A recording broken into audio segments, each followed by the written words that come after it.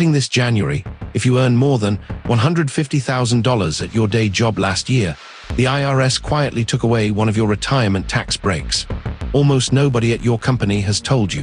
The pretax catch-up contribution you have been using past age 50 just stopped working for you, and the people who notice fastest are the ones sitting on 2 decades of compounding still in front of you. Stay with me for 9 minutes, and you will know exactly how the new rule reads, who it actually catches, how much money it quietly costs over the next 10 years, and the 2 workarounds the people sitting in plan compliance use for themselves.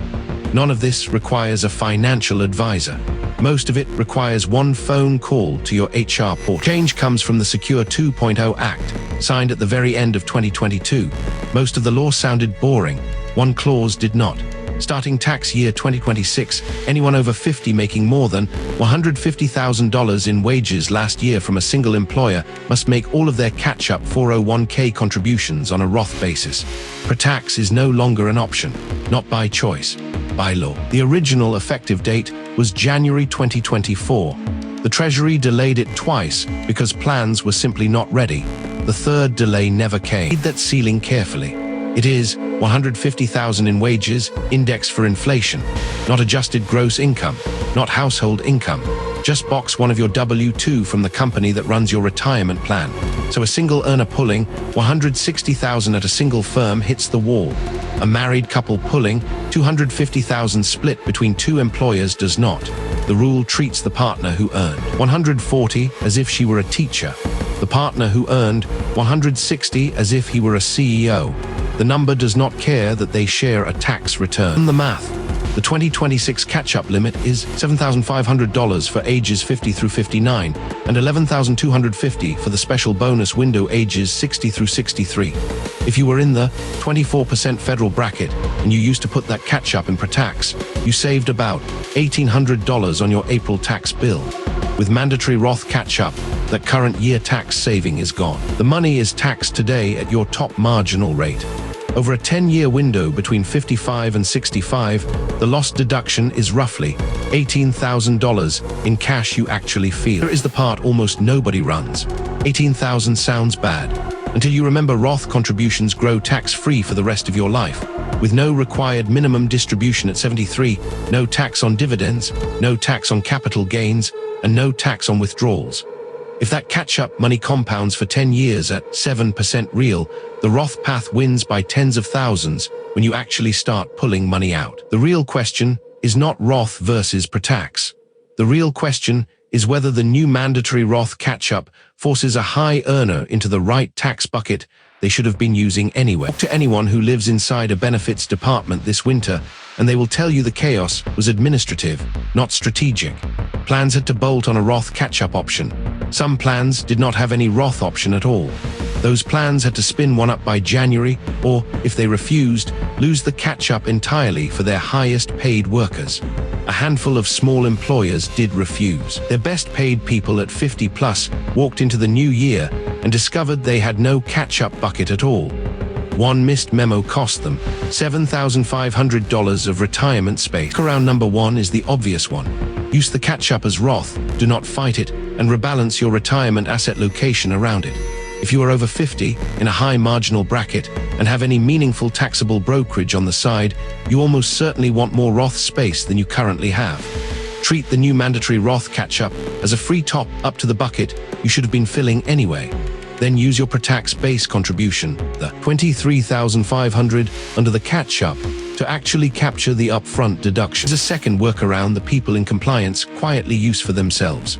If your plan offers an after-tax non-Roth contribution slot, then a mega backdoor Roth conversion is open to you. You can push another roughly $34,500 a year into a Roth bucket on top of the catch-up.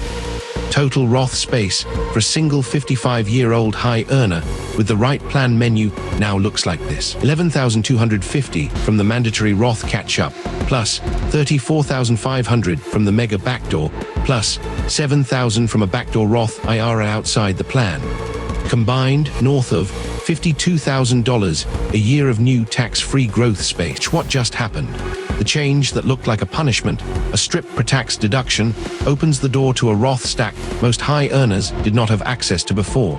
The 50-year-old who notices the rule fast moves a much larger share of their late career income into a tax-free retirement bucket. The 50-year-old who does not notice loses the deduction and gains nothing in return. That is the spread the next chapter measures. 3 concrete moves to make before the next pay run. First, pull your latest pay stub and your most recent W-2 form. Look at box 1. If that number is over $150,000 from a single employer, you are inside the rule and you cannot opt out. Second, log into your 401k portal and confirm your catch-up election is set to Roth. Many plans defaulted the election.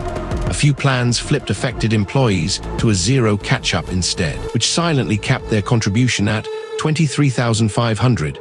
Third, check whether after-tax non-Roth is offered and whether your plan allows in-service Roth conversions. If both boxes are checked, the mega backdoor is open and you should be running it the same week. It's a 10-year window from 55 to 65.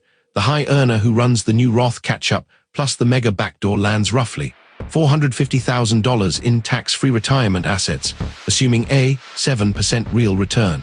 The high earner who keeps the pretax base and ignores the Roth path entirely lands the same gross account balance, but pays ordinary income tax on every dollar of withdrawal in retirement.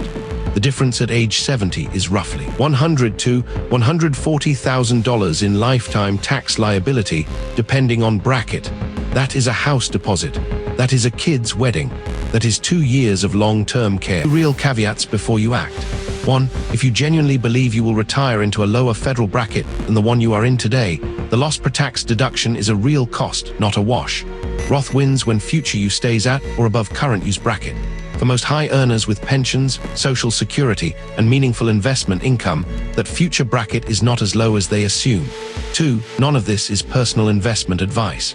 The plan menu, your bracket, your state of residence, your spouse, and your other accounts all decide the right answer. A 30-minute call with a fee-only fiduciary is the cheapest insurance most high earners over 50 never bother to buy. The reason this rule slipped past almost everyone is structural. Your plan administrator is not paid to call you. Your manager is not paid to know. Even your tax preparer mostly catches it in April, after the contribution year is already locked. The people who notice fast are the ones who read the actual law. That is the loop the first sentence opened. You came in thinking the IRS took something from you. You leave knowing they handed you the bigger Roth stack you needed anyway. Subscribe for the next dispatch from the same desk. The one on inherited IR and what the 10-year rule does to your kids is already sitting in the queue.